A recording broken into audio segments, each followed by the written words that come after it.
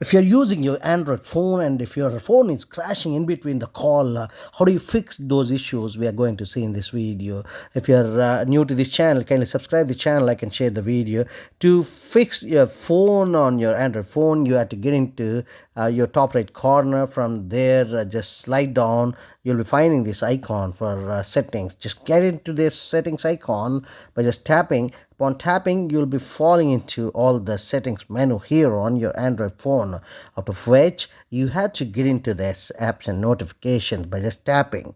In some of the Android mobiles, this may be given as only apps.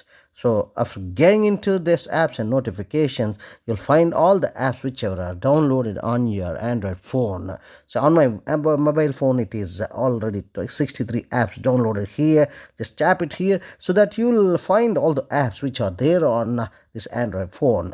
Just go to your phone app on your Android phone, whatever is the phone app. On my phone, it is mentioned as phone only, and this app, just tap it here, would show you so much of data here on your Android phone.